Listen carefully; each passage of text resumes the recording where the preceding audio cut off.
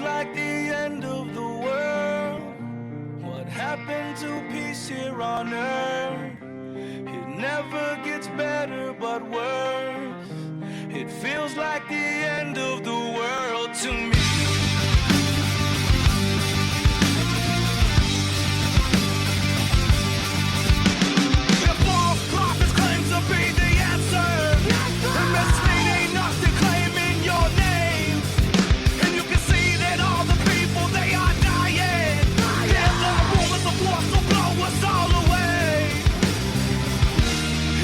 Like the end of the world, and what happened to peace here on earth? It never gets better but worse. It feels like the end of the world to me.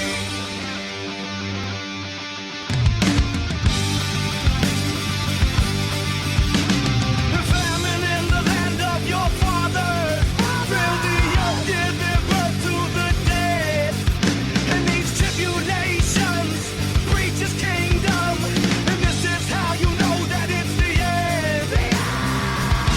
It feels like the end of the world, and what happened to peace here on earth? It never gets better but worse. It feels like the end of the world to me. It feels like the end of the world, and are we getting what we deserve? So take it for what it is worth, 'cause it feels like the end of the world to me.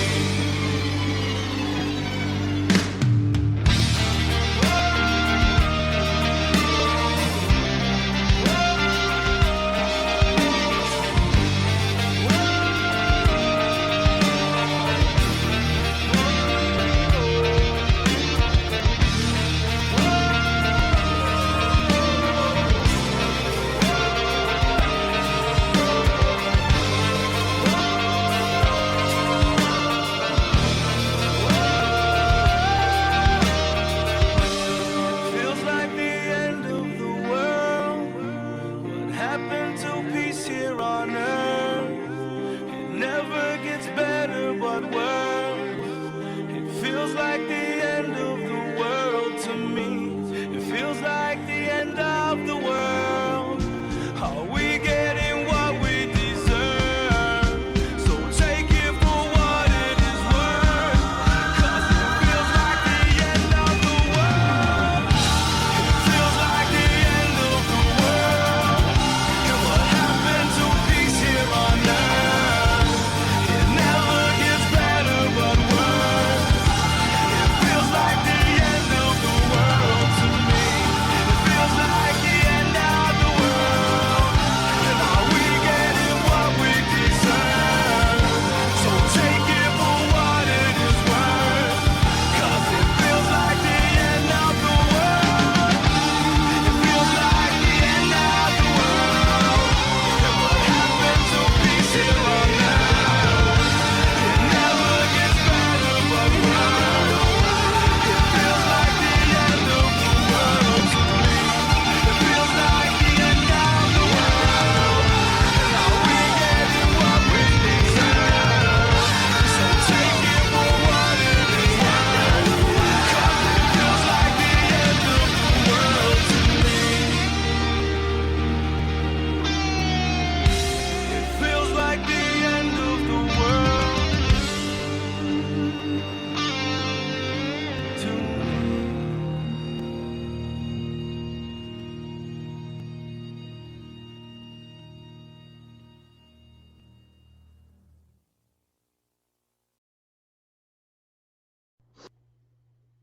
President John Masters. Location, the Apex Office. The Union Dome, formerly Chicago. Current status, maintaining the dream. Internal log. Recording started. The wind doesn't howl here. It shrieks. Even through 40 layers of hyperglass in the dampening fields of the dome, I can feel it vibrating in the soles of my shoes. The arrow shear. The razor gales. Outside, the air is a trillion invisible knives moving at the speed of sound, sanding down skyscrapers until they look like chewed toothpicks. But inside, the air smells of fresh-baked apple pie and floor wax. I adjusted my tie in the reflection of the window. The knot was a perfect Windsor. It has to be. If the president's tie is crooked, the Union tilts. If the Union tilts, the fear gets in. And if the fear gets in, the scar wins. Mr. President? My secretary, a lovely robotic unit named Betsy, chimed from the intercom. Her voice was synthesized honey. The guests have arrived. They are currently being decontaminated in the airlock foyer. The readings are unusual. Send them in, Betsy, I said, smoothing back my silver hair. And prepare a tray of iced tea. The peach blend. It's calming. I turned away from the window, away from the gray, screaming blur of the outside world, and faced the mahogany doors of my office. I am John Masters. I am the benevolent warden, and I will not let these travelers disturb the peace of my children. The interview begins. The doors opened. They didn't walk in. They invaded the aesthetic. First came the one called Wildcard. My security reports called her a quantum jester, but frankly, she looked like a walking dress code violation. She was wearing a tuxedo jacket made of what appeared to be disco ball fragments, and were those pajama pants? She spun around, taking in the office. The oak paneling, the velvet drapes, the portrait of myself shaking hands with a holographic eagle. Snazzy digs, Johnny, she shouted, her voice too loud, too sharp for the acoustic dampeners. She poked a finger at a bust of Lincoln, and for a second, I swore the statue rolled its eyes. Smells like 1955 and repressed anxiety in here. Love what you've done with the simulation. It is not a simulation, Miss Card, I corrected gently, stepping out from behind my desk. I offered a firm, paternal smile. It is a sanctuary. Welcome to the Union. Behind her, the hologram materialized, the Queen of Code. She was blue light and scrolling numbers, floating inches off my Persian rug. She looked at me not as a man, but as a faulty equation. President Masters, she stated, her voice flat, I am analyzing the structural integrity of your dome. Your power consumption for the artificial sunlight grid is operating at 300% above necessary survival parameters. You are burning fusion cells to simulate a golden hour glow. Logic dictates this is a gross inefficiency. Efficiency is for machines, madam, I replied, gesturing to the seating area. Morale is for people. Please, sit. The third one, Ethelreda, drifted in like a cloud of judgmental perfume. She touched the velvet drapes with a look of profound distaste. Polyester blend, she murmured, tragic disappointment dripping from her lips. Trying so hard to mimic silk, but failing. It is, charmingly desperate, Mr. Masters. It reminds me of a funeral home trying to look festive. And finally, Hood Gemini. He walked in last. He didn't look at the decor. He didn't look at the view. He looked at me. His eyes were dark, grounded, and dangerously perceptive. He wore the street like a second skin. He didn't sit. He leaned against the doorframe, crossing his arms. Nice suit, Hood said. The compliment felt like an interrogation. Lot of starch. Keeps you stiff. Keeps you from bending when the wind hits, right? Posture is the foundation of character, son, I said, keeping my smile fixed. Now, you requested an audience. I am a busy man. There is a potluck in Sector 7 I must officiate, and the neighborhood watch needs new uniforms. Ask your questions. Part 1, The Jester and the Lie. Wildcard flopped onto the leather sofa, her legs kicking up into the air. She pulled a rubber chicken out of thin air and started using it as a microphone. So, Johnny boy, let's talk about the vibe check, she grinned, her eyes sparkling with chaotic knowing. I walked through your town downstairs. Pleasantville on steroids. Everyone is smiling. Like everyone. Even the guy whose dog was getting blown away by a micro breach in the hall. He just waved and said, Shucks! Is that a feature or a bug? I clasped my hands behind my back. Unhappiness is a contagion, Miss Card. We have found that negative emotions, fear, anger, despair, create a resonance frequency that weakens the dome's shielding. To be sad is not just a personal failing, it is a structural threat. We smile to survive. So you mandated joy? Wildcard cackled, tossing the chicken. It turned into a bouquet of flowers mid-air. That's hilarious. It's like putting a do not enter sign on a black hole. What happens if someone cries? Do you find them? Do you send them to the naughty corner? We offer them correction, I said softly. Re-education in the optimism annex. We help them see the bright side. Because if they look at the dark side, if they look outside, they see the scar. And the scar looks back. You're suppressing the trauma, Wildcard said, her voice suddenly dropping an octave, the joke vanishing. You're bottling up a nuclear explosion of grief, John, and when that bottle pops, it's going to be way messier than my confetti cannons. The bottle will not pop, I assured her, because I hold the cork. Part 2, The Analyst and the Wind. The Queen of Code floated forward, her holographic form passing through my coffee table. She projected a schematic of the dome into the air between us. Let us discuss the aeroshear, she said. The wind outside is vibrating at 14,000 hertz. It is not just wind, it is a sonic weapon. My sensors indicate that your dome is taking damage. Microfractures in the northern quadrant. Yet your public broadcasts report sunny skies and mild breezes. You are lying to your populace about their imminent demise. I walked to the window. I didn't look at the cracks she was pointing out. I looked at the reflection of my city. The white picket fences. The malt shop. The school. Data is cold, Queen, I said. If I tell Mrs. Higgins that the northern wall is fracturing, she stops baking pies. She stops singing to her children. She starts screaming. And when one person screams in a dome, everyone hears it. Panic is a vibration too, one that is far more destructive than the wind. You are prioritizing psychological comfort over physical survival, she countered, her data streams turning red. The logical course of action is to mobilize the population for repairs. Instead, you have them organizing dance-a-thons. The dance-a-thons generate kinetic energy for the grid, I lied smoothly. It was a partial truth. And they keep the rhythm, the heartbeat of the Union. You see numbers. I see a frequency. As long as the music plays, the wind cannot get in. That is scientifically unsound, she stated. It is spiritually absolute, I replied. Next question. Part 3, The Critic and the Kitsch. Ethelreda stood up, brushing imaginary dust off her gown. She walked over to me, examining my face as if I were a painting she was considering buying at a garage sale. It is the ugliness that offends me, John, she sighed. Not the lie. The lie is actually quite bold. But the aesthetic, 1950s suburbia, poodle skirts, checkered floors, it is so derivative. Why choose this era? Why not the Renaissance? Why not the brutalist chic of era 2? Why this saccharine pastel nightmare? Because it is safe, I snapped. My voice rose, just a fraction. I composed myself. Because the 1950s, the idea of them, not the reality, represents a time before the fall. Before the flow broke. Before the sky turned purple and the wind started screaming. It represents order. Civility. A man mows his lawn. A woman expects her neighbor for coffee. It is predictable. It is stagnant, Ethelreda countered, circling me. Art requires conflict. Beauty requires a touch of the grotesque. This union of yours is sterile. It is a TV dinner, processed, tasteless, and frozen in time. You think ugliness attracts the scar? I tell you, John, boredom attracts the void. Your people are not living. They are merely waiting to expire in a pleasant environment. Ugliness is chaos. I gestured to the window. Look out there. That is what art looks like in the scarred Genesis. Twisted metal, fused flesh, gravity gone wrong. I created a canvas of symmetry.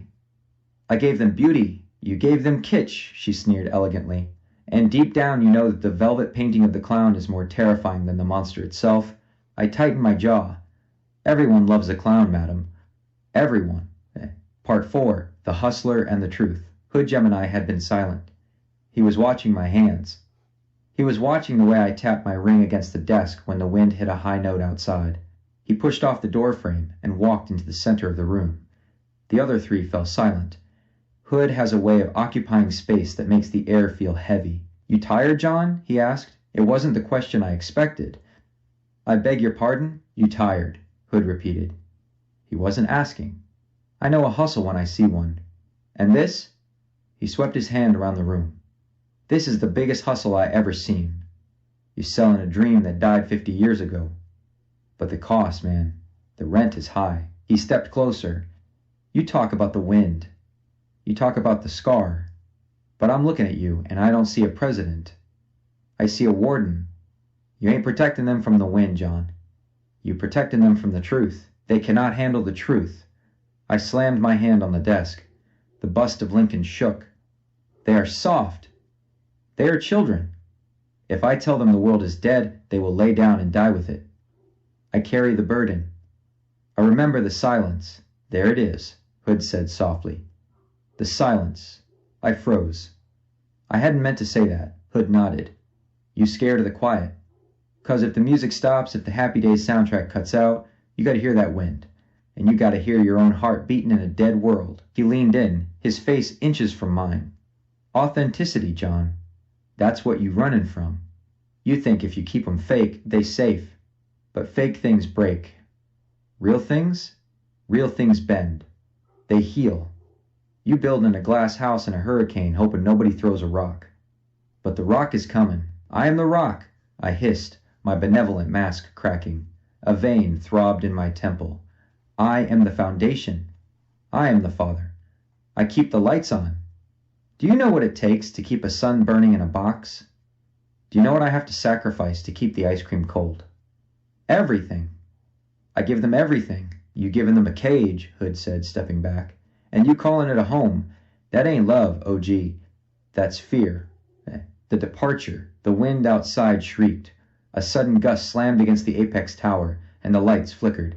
For a microsecond, the holographic sun dimmed, and the gray, bruised light of the scar bled through the room. I gasped. I reached for the control panel on my desk, my fingers trembling. Betsy. Stabilize the grid. Route power from the residential block. Dim the streetlights. Get the jazz back on. Click. Buzz. Hum. The lights returned.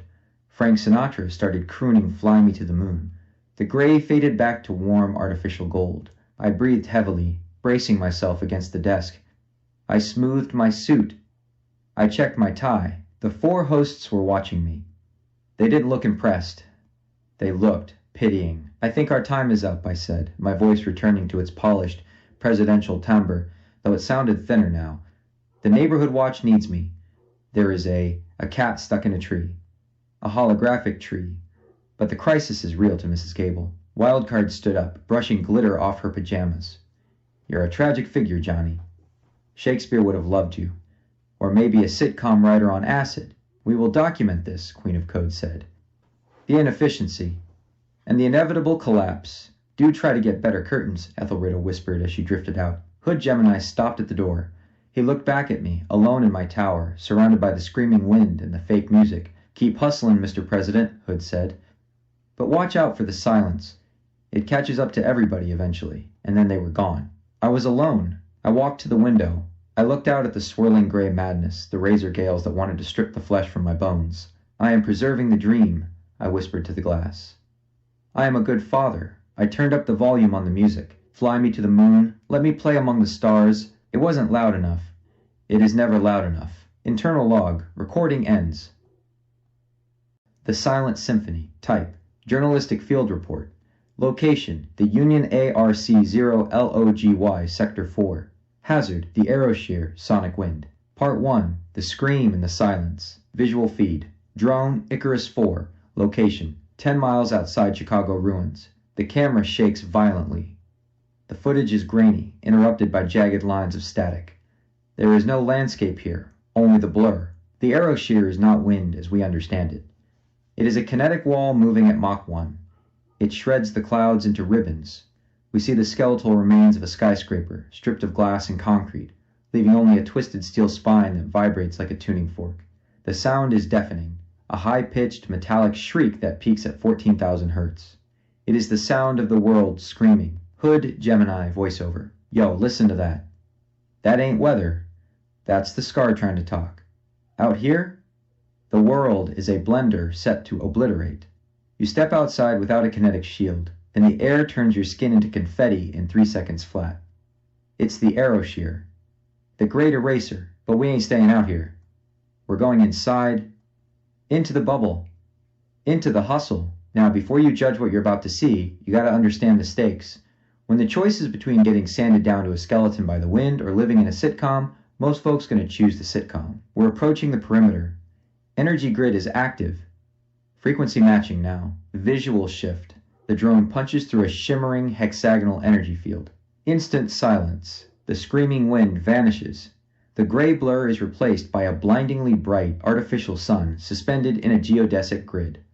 The camera pans down to reveal the Union. It looks like a postcard from 1955. Pristine white sidewalks. Red brick townhomes. A milk truck driving slowly down a tree-lined avenue. Children are playing hopscotch. The grass is an impossible shade of emerald green. Oration. Hood Gemini. Welcome to the Truman Show, fam. But here, the director isn't doing it for ratings. He's doing it so these people don't die of fright. It's a cage, yeah. But it's a cage with air conditioning and fresh water. Let's meet the warden. Part 2, The Civilians, Sector A, Pleasantville. Camera POV, handheld, wildcard location. Main Street, the malt shop. The team stands on the corner of Main and Liberty. President John Masters stands with his chest puffed out, gesturing grandly to a group of citizens who are meticulously pruning rose bushes. Masters, you see? Order. Symmetry. A rose does not bloom in a hurricane, my friends. It requires a garden. And I have built the strongest garden on earth. Wildcard, OS. It smells like bleach and desperation, Johnny. I love it. Wildcard steps into the frame. She is wearing a poodle skirt made of bubble wrap and welding goggles. She approaches a citizen, a man named Bob, who is painting a fence that is already perfectly white. Wildcard, hey Bob. Quick question. Hypothetical scenario. A giant purple monster eats your neighbor. How does that make you feel? On a scale of oh dear to existential screaming? Bob, turning slowly. Why, hello there, miss. I'd say that sounds like quite a pickle. But the sanitation department handles all pests. I'm just focused on this fence. A sturdy fence makes for good neighbors. Bob smiles. His eyes do not blink. His pulse, visible in his neck, is hammering. Hood Gemini, voiceover analysis. Check the hands. Look at Bob's knuckles. They're white. He's gripping that paintbrush like it's a lifeline. He knows. Deep down, the lizard brain knows the wind is right outside that glass.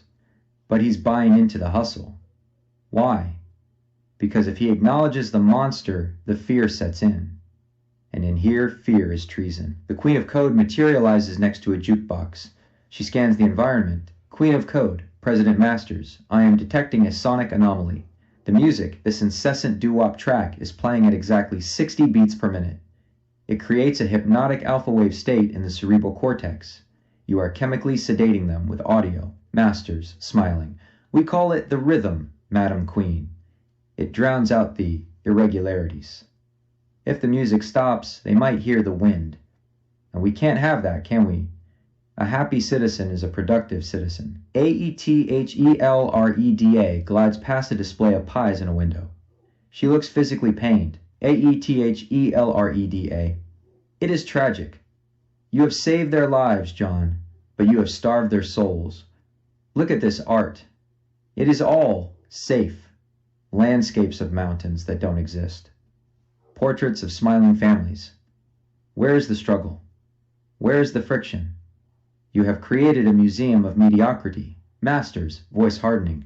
Struggle leads to stress. Stress leads to resonance. Resonance cracks the dome. I trade art for survival. Ethelreda. It is a fair exchange. Part 3, the backstage. Sector B, the waterworks. Hood Gemini. Alright, so the top level is the show. That's for the kids, the elderly, the folks who can't handle the heat. But a city don't run on smiles. It runs on trade. Masters ain't just a warden. He's a CEO. He takes us down. The elevator drops. The pastel wallpaper peels away to reveal raw steel and humming machinery. The sitcom vibe vanishes. This is the engine room, visual feed, Sector B, industrial zone, location, hydropurification plant. The visuals shift from 50s brights to industrial grays and blues. Massive turbines are spinning. The workers here aren't wearing suits. They are wearing hazardous material gear and exoskeletons. They look tired. They look grim. But they look real. Masters, you think I am a madman keeping pets in a cage. But this, Hood Gemini, is the truth. We sit on the largest aquifer in the Midwest that survived the corruption. We purify the water. We bottle it. And we trade it. Hood Gemini. Trade with who? The wind? Masters. With the others. The Iron Will Legion. The Nomads. Even the Maw, occasionally, though we do not speak of it. They need clean water. We need raw materials to repair the dome. It is a symbiotic relationship. We are the kidney of the scarred Genesis. Hood Gemini, internal monologue. I look at the workers. They aren't smiling like Bob upstairs. One of them, a foreman, nods at me. There's respect there. These guys know the score. They know the wind is screaming outside. They know the happy days upstairs is a cover. But they work the line anyway. This is the deeper level of the hustle. The truth is stratified. You got the sheep upstairs and the shepherds down here. The shepherds bear the burden of reality, so the sheep can sleep at night. Is it fair? No. Is it working? Yeah. Queen of code. Logical. You sequester the cognitive load of the apocalypse to a specific caste of essential workers.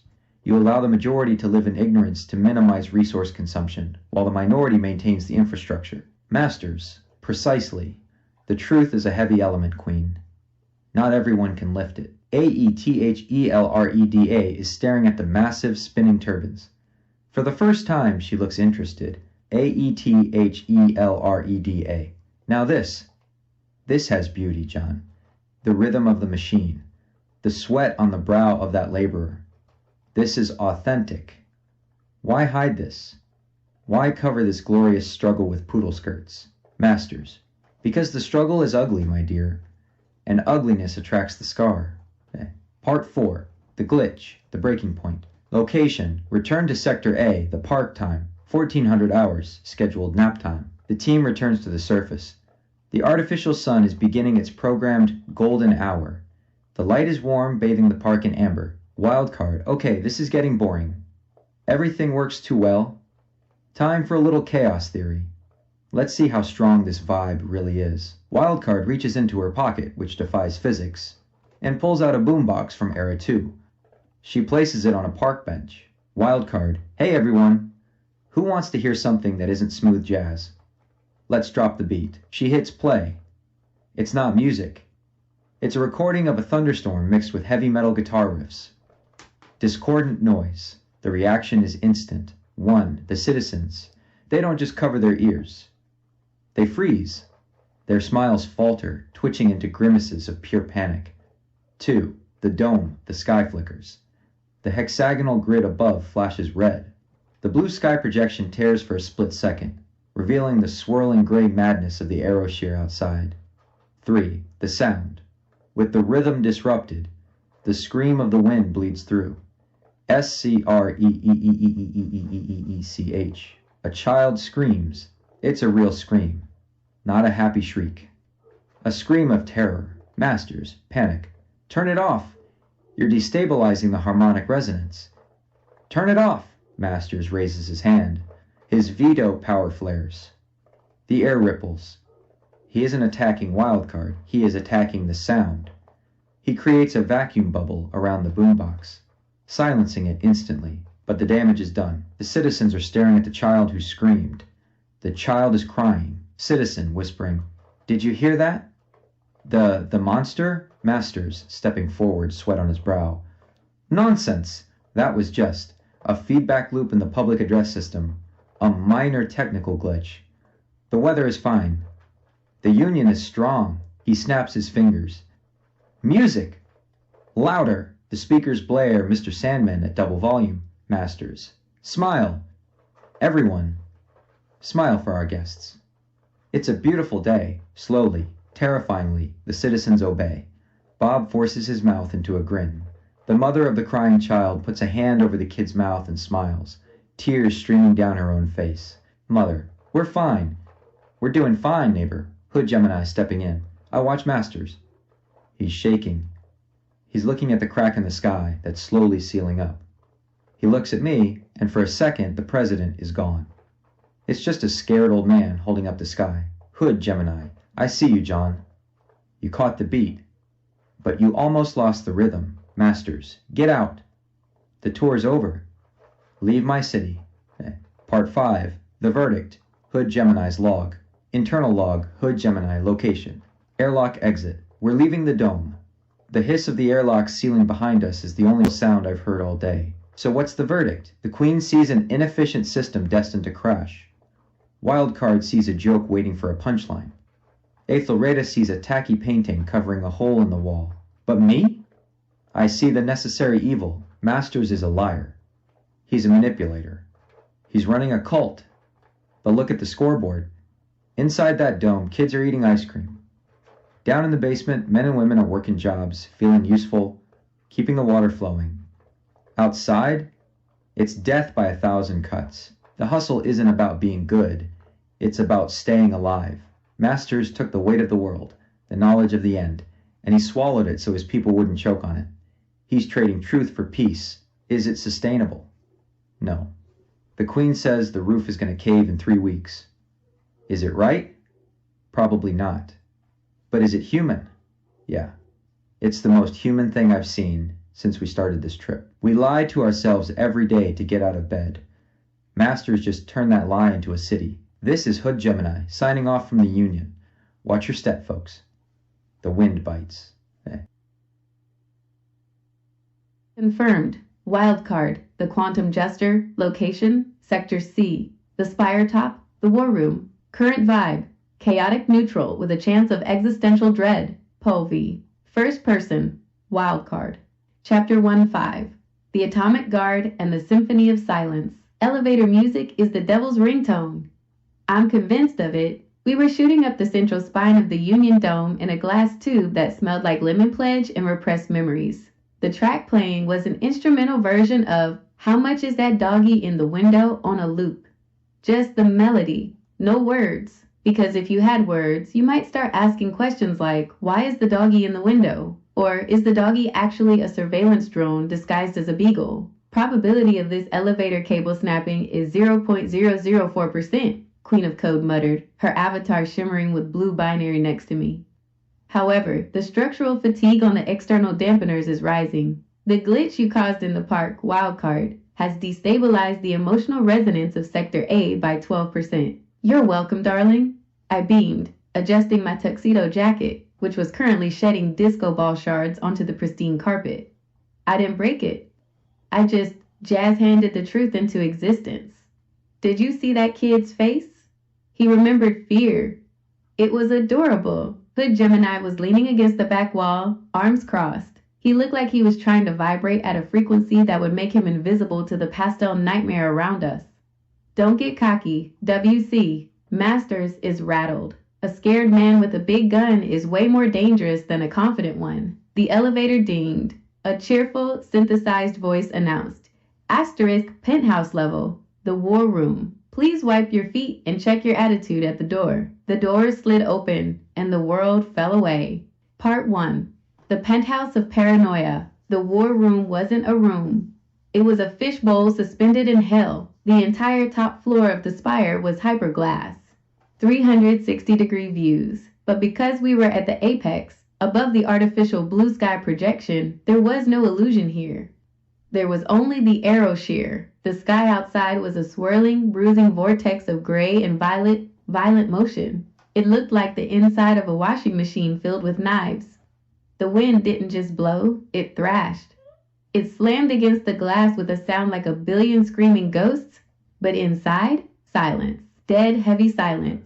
The acoustic dampeners were working overtime. President John Masters stood at a massive, circular table made of polished mahogany that doubled as a holodeck.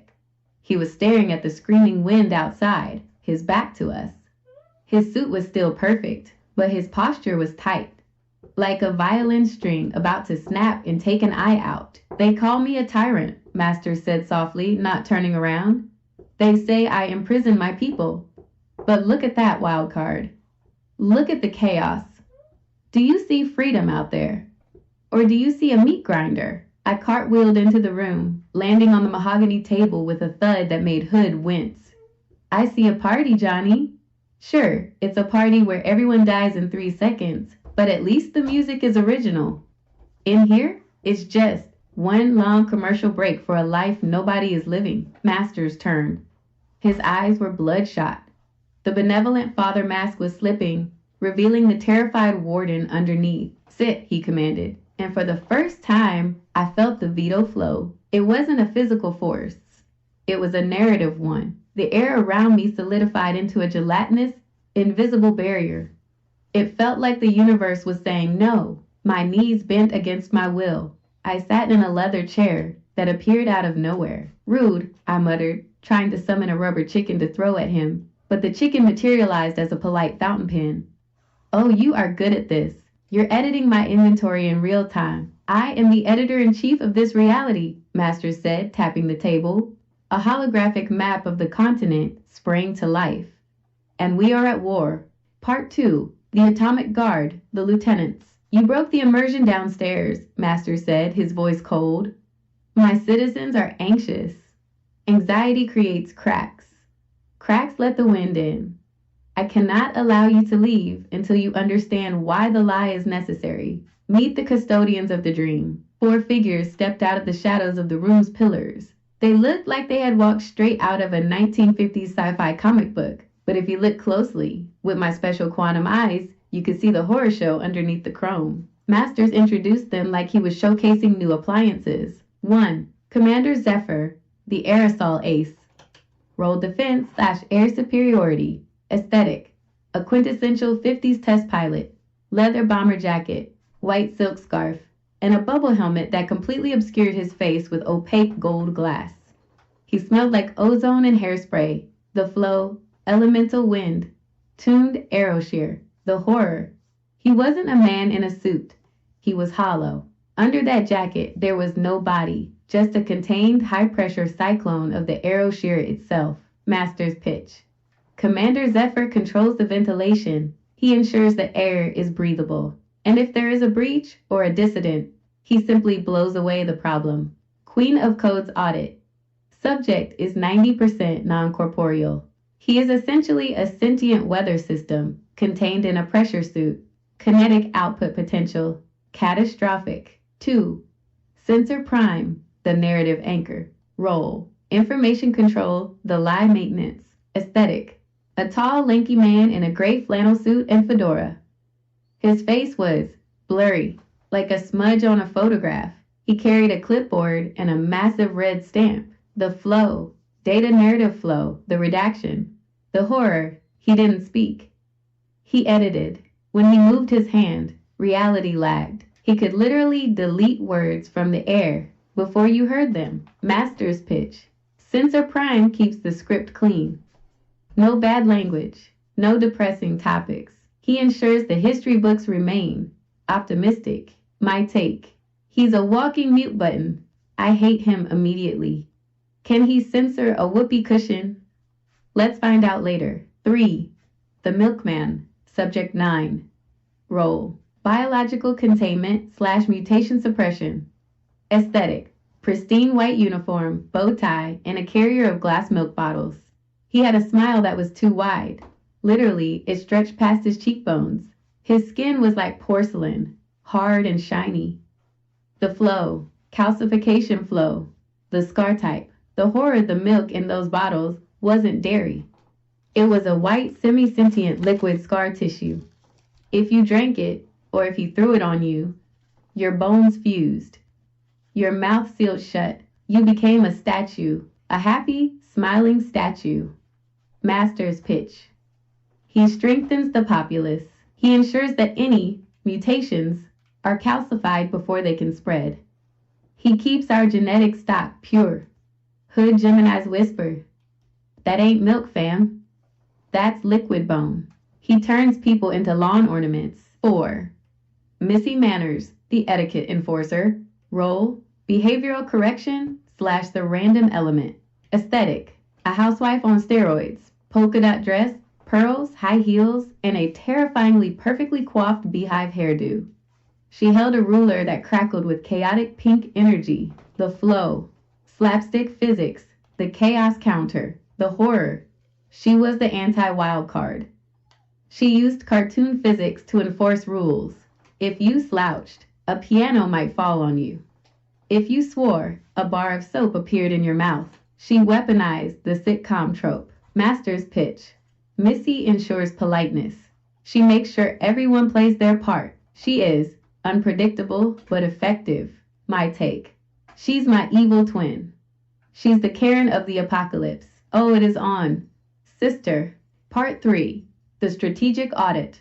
The map. Masters waved his hand, and the lieutenant stood at attention, a terrifying tableau of 50s repression. He turned back to the map. We are surrounded, Masters said, pointing to the glowing red zones on the hologram. To the east, he pointed to a jagged, militarized zone in what used to be Virginia, the Iron Will Legion. They want to militarize the scar. They embrace the pain. They strap tech to their bodies and march into the wind. They call us weak because we hide in a dome. I call us civilized. They want to annex the Union to use my people as batteries for their war machine. To the west, he pointed to a swirling vortex of purple in California. The court of contradictions, nihilists. They want to tear down the dome just to see the pretty colors when the glass breaks. They are irrational. You cannot negotiate with insanity. And us? Hood Gemini asked, his voice low. Where do you fit in, John? We are the sanctuary, Masters said. We are the last bastion of the American dream. I have alliances, of course. The light, they appreciate our stability, though they find my methods dishonest. And the hunt, the mercenaries, Queen of Code interjected. Logic dictates a trade agreement. You provide them with refined water, your only export, and they provide you with what? Silence. They provide security for our trade routes, Masters corrected. We trade water to the Legion and the Maw. We trade hope to our citizens. It is a delicate ecosystem. It's a house of cards, Johnny, I shouted, finally breaking the sitcom spell enough to stand up. And I'm the breeze, the Truman Flow and the music vulnerability, Masters glared at me. You think you can break the lie? You think it's just propaganda? No, Miss Card. It is flow. He pressed a button on the table. A holographic brain appeared. I call it the Truman Flow, Masters explained, his voice swelling with pride. It is a psychoacoustic field. I don't just tell them everything is fine. I rewrite their neural pathways to believe it. It works best on those with mid to low emotional currents, the sheep. I envelop them in a narrative bubble. If they see a monster, their brain auto-corrects it to a large dog.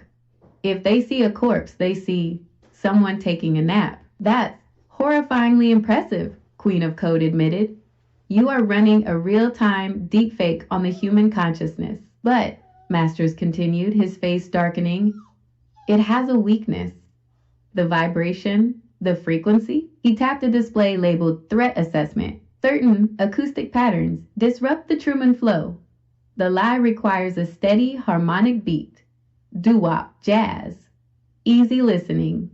But discordant genres? He shuddered. New Age music, it introduces too much spiritual questioning. Heavy metal, the aggression shatters the calm. Rap, the rhythmic density and lyrical truth-telling breaks the hypnotic loop. Adult R&B, the raw sensuality wakes up their dormant passions. My eyes lit up. So you're telling me if I drop a mixtape, the dome falls? If you play that filth, Masters hissed, the people will wake up. And when they wake up, the fear returns. And the dome collapses. Do you understand? The lie is the structural support. Part 5. Wild Card's Chaos Test. The glitch. I looked at Hood. Hood looked at me. A slow, mischievous grin spread across my face. So, I said, stepping toward the atomic guard, you guys are the firewall, the fun police, the buzzkills. I looked at Missy Manners. She glared at me, tapping her ruler against her palm. Posture, young lady, she scolded. Slouching is a sign of moral decay, and calcification is a sign of a calcium overdose, I yelled, spinning around to face the milkman. Hey, Milky. Catch. I didn't throw a weapon. I threw a whoopee cushion of infinite farting, a rare loot drop from the clown dimension. The milkman didn't flinch. He caught it, but as he squeezed it, instead of a fart sound, Censor Prime slammed his red stamp into the air. Thwack. The sound was deleted. The whoopee cushion turned into a bouquet of lilies. Boring, I shouted. Let's try something louder. I reached into my inventory, which was fighting Master's veto flow, flickering between a rocket launcher and a vacuum cleaner, and pulled out a boombox. Queen? Give me a beat. Something illicit. Queen of Code's eyes flashed. Accessing database. Wu-Tang Clan. Protect ya neck. Volume. Maximum. KZZZT crack. For 1 second, just 1 second, the raw, gritty beat of 90s hip-hop blasted through the pristine war room. The effect was instant. Commander Zephyr screamed, a sound like a jet engine stalling. His bubble helmet cracked. The wind inside him swirled chaotically, no longer a smooth laminar flow. Missy Manners stumbled, her high heels snapping. The sitcom logic failed in the face of raw reality. The milkman dropped a bottle. It shattered, the white goo hissing on the floor, failing to calcify. Masters roared. Veto! He slammed both hands on the table. The veto flow hit us like a physical hammer. The boombox imploded. The music died. The silence rushed back in, heavier than before. I was pinned to the floor by gravity. Hood was on one knee. You, Masters whispered, shaking. You are a virus. But my immune system is strong. He gestured to the lieutenants. They recovered instantly, their 50s veneers snapping back into place. Zephyr's helmet sealed. Missy's heel fixed itself. The tour is over, Masters said. Escort them to the guest quarters. And if they try to play any more music, calcify their vocal cords. Part 6. The Lieutenant's Dossier. The View from the Lie. As we were marched out of the war room by the Atomic Guard, I managed to snag a peek at a digital clipboard Censor Prime was holding.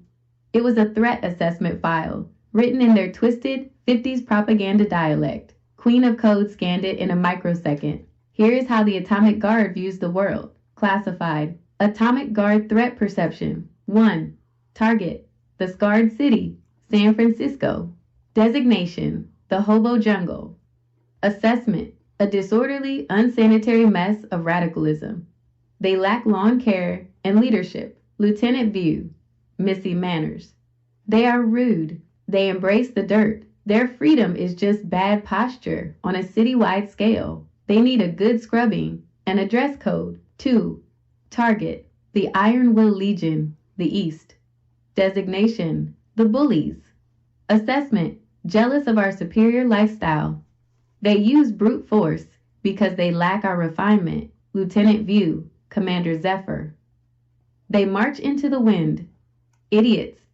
We tame the wind. Their armor is clunky. No style. We will blow them away like leaves on a driveway. 3. Target. The hunt. The mercenaries. Designation. The help. Assessment. Useful but dirty. Do not invite them to dinner. Pay them at the door. Lieutenant View, the milkman. They are impure. They mix with the mutants for money. I accept their services, but I check the bottles they deliver. You never know what diseases the help carries. 4. Target. The Court of Contradictions, San Jose. Designation. The Abstract Art Exhibit. Assessment. The antithesis of the Union. They are nonlinear. They are a headache. Lieutenant View, Censor Prime. Redacted. They are redacted. Their very existence is a profanity. We must delete them from the map. 5. Target. The Light, Edges Station. Designation. The Librarians. Assessment. Know-it-alls. They think they understand the flow, but they are trapped in their books. Lieutenant View, Masters. They want to heal the world. I want to preserve it. They look at a wound and see trauma. I look at a wound and put a Band-Aid on it. A nice, flesh-colored Band-Aid. We are allies, but they are boring at parties. Scene end. We were shoved into the elevator. The "How much is that doggy in the window" track started playing again. Well, I said, picking a piece of lint off my tux. That went well. We found the weakness. Music, Hood said, his eyes dark. We gotta start a band. WC. Not just a band, I grinned, pulling out a hidden microphone I'd swiped from the war room. A revolution. We need to drop a beat so hard it cracks the sky. To be continued. Scribe note. Lore update. Identity confirmed. The Scribe, Narrative Enforcer. Accessing archives. The Union Dome, Atomic Guard profiles. Status. Recording, objective. Truth acquisition. Directive. Journalistic Integrity Protocol. No interference. Scribe introduction. Visionary. I have received your directive. The mandate is clear. We are witnesses, not warriors. The temptation to intervene in the Union is high. The Truman Flow is a psychological violation of the highest order. However, to shatter the dome without a replacement infrastructure would result in the immediate death of 100% of the population via the arrow shear. We are not here to kill them with freedom. We are here to document their survival. Our role is journalistic integrity. We record the mechanics of the lie so that future generations may understand the cost of the Golden Age. I have compiled the requested assets. The Safety Protocol Meeting, addressing the host's concerns. The Atomic Guard Dossier, deep dives psychological and visual profiles of the lieutenants. Wildcards Field Test, action-heavy reconnaissance of the armor tower and transport hubs. The Official Memory Block, the save state for the final chapter. Let us proceed. The ink is permanent. Section I, the Safety Protocol Meeting. Attendees, Wildcard, Queen of Code, Aethelreda, Hood Gemini. Moderator, the Scribe, via textual interface. Topic, Non-interference and survival strategy. The Scribe, hosts, acknowledge directive. We have breached the war room. We have identified the Truman Flow and its acoustic weakness. But we are not the resistance. We are the press. If you topple Masters today, 50,000 people die when the wind hits. Do you understand? Hood Gemini, loud and clear, Scribe. We ain't poppin' the bubble until the people got umbrellas. We're here to map the hustle, not burn down the block. I'm watching Masters. He's crackin'. If we push too hard, he pulls the plug on the whole city just to spite us. Queen of Code, agreed. My calculations indicate that a total system collapse is imminent within 21 days regardless of our actions. Our primary goal must be data extraction. We need the blueprints of the sonic cannon and the trade routes with the maw. We observe. We report. We survive. It is difficult, Scribe. The aesthetic. It offends me on a cellular level. But I shall restrain my critique to verbal lacerations only. I will not physically dismantle the decor, no matter how derivative. Wildcard. Boo. Boring. Okay, fine. I won't save anyone. But can I still test the merchandise? Specifically, that big shiny tower with the robot soldiers. I mean, it's basically a toy store. Investigative journalism requires touching things, right? The Scribe, permitted, but only for reconnaissance. Do not engage the lieutenants in lethal combat. Engage to measure, not to destroy. Section 2. The Atomic Guard Dossier, Profiles in Paranoia, Visual DNA, 195 OS Sci-Fi Horror Comic. Aesthetic Mandate. The visual language of the lieutenants must evoke the Silver Age of comics, but twisted. Think Tales from the Crypt meets the Jetsons. Colors, halftone dots, oversaturated primaries, cyan, magenta, yellow, and heavy, inky blacks. Texture, everything looks slightly printed and grainy. Lines, thick, bold outlines. Action lines are visible in the air. 1. Commander Zephyr, the aerosol ace, archetype, the hollow hero, the sentient weather event. Role, Commander of the Peacekeepers, Drone Defense. Visual DNA, the suit, a retro-futurist flight suit made of quilted silver chrome. High collar, flared gloves. The head, he never removes his helmet. It is a gold-tinted fishbowl. Inside, there is no face, only swirling, white smoke and 2 glowing blue pinpricks for eyes. The movement, he doesn't walk, he hovers 2 inches off the ground, propelled by tiny jets of compressed air. He leaves a trail of ozone and speed lines wherever he goes. Psychological profile. The lie. I am the guardian of the skies. The truth. He is the embodiment of the arrow shear that leaked inside. Masters couldn't stop the wind, so he gave it a suit and a rank. Zephyr is the monster he fights. The fear. Stillness. If he stops moving, he dissipates. He creates constant motion, drills, patrols, unnecessary flights, because he is terrified of fading away. The motivation, to prove that order can tame nature. He hates the chaotic wind outside because it reminds him of his own chaotic origin. Combat capability, non-lethal engagement, flow, pressurized aerosol flow. He shoots compressed air bullets that hit with the force of a truck. Weapons, the Zephyr 7 jetpack. It allows him to break the sound barrier inside the dome. 2. Censor Prime, the redactor, archetype, the faceless bureaucrat, the memory hole. Role: Head of Information Control, the Library and Media. Visual DNA: the suit, a gray flannel suit that is too flat, literally. It looks two-dimensional from certain angles. He holds a clipboard that generates infinite paper. The head, a fedora pulled low. Where his face should be, there is a censor bar, a literal black rectangle, or a smudge of pixelated static. The effect: when he stands near text, books, signs, the words rearrange themselves into positive slogans. Psychological profile: the lie: I am protecting the innocence of the public. The truth: he is rewriting history because he is ashamed of the past. He was likely a historian in Era 2 who saw too much horror and decided, ignorance is bliss. The fear: the original draft.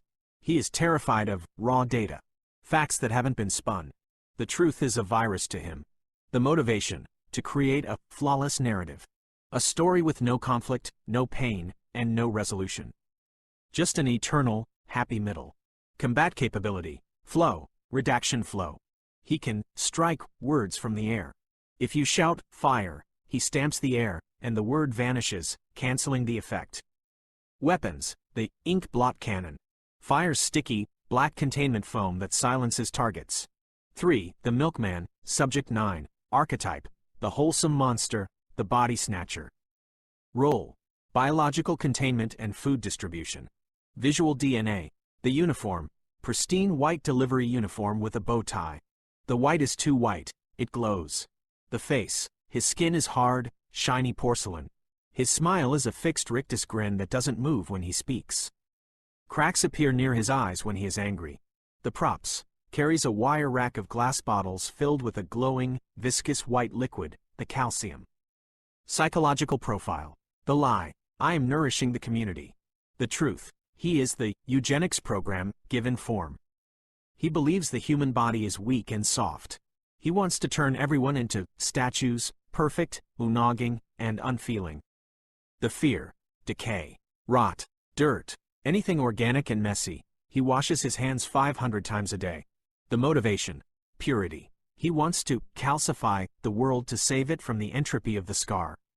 Combat capability: flow, calcification flow.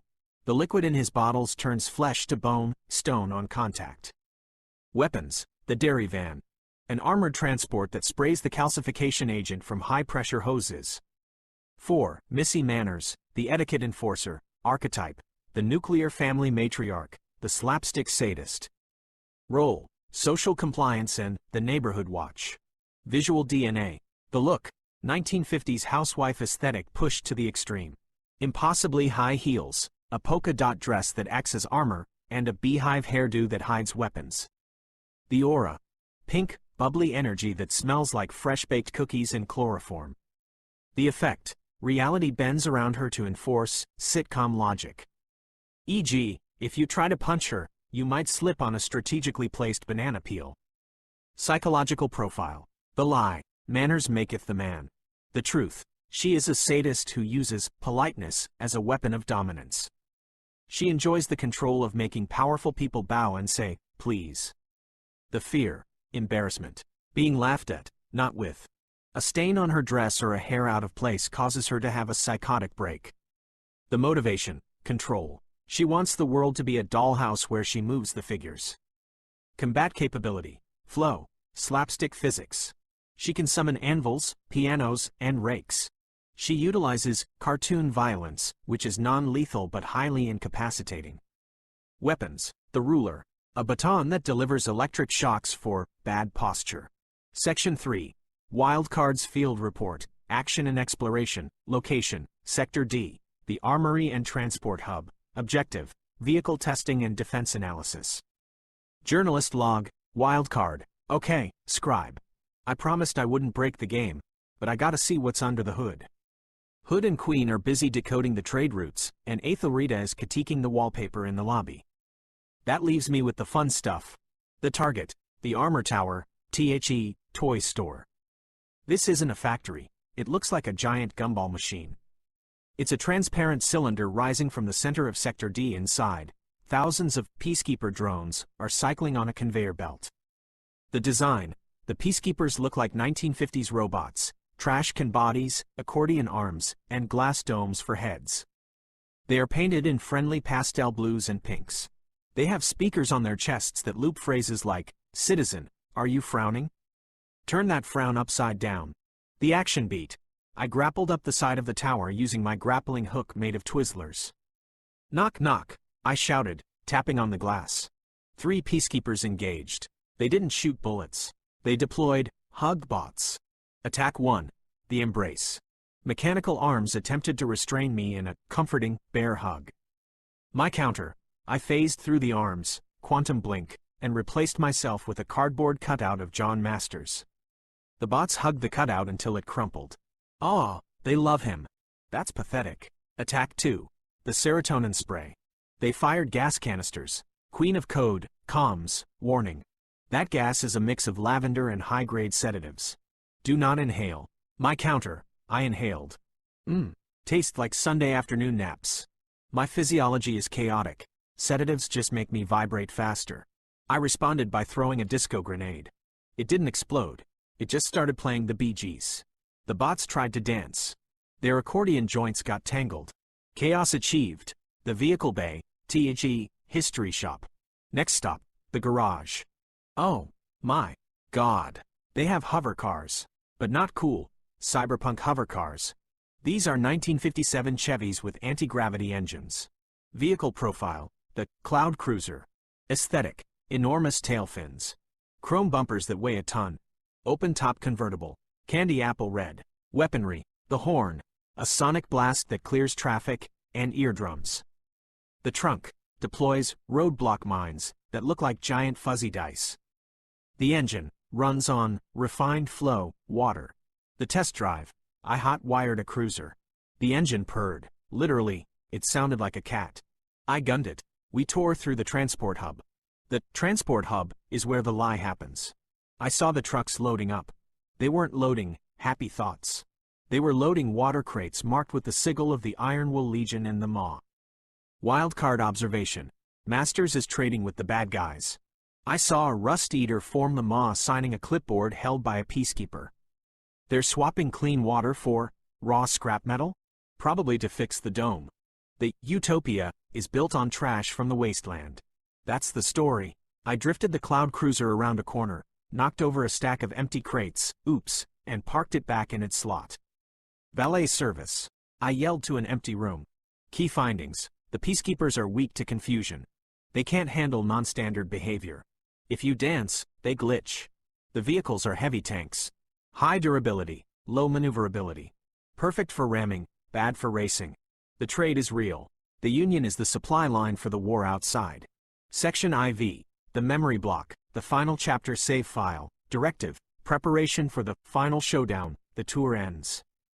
This block encapsulates all data gathered from the war room, the profiles, and the field test. Scribe closing analysis. The stage is set. We have the profiles, we have the map, and we have the leverage. President Masters believes he is the director of this show. But he is about to realize he is just a character in a much larger story. The comic book aesthetic of the Atomic Guard serves as a brittle shell. It looks powerful, but like the dome itself, it is rigid.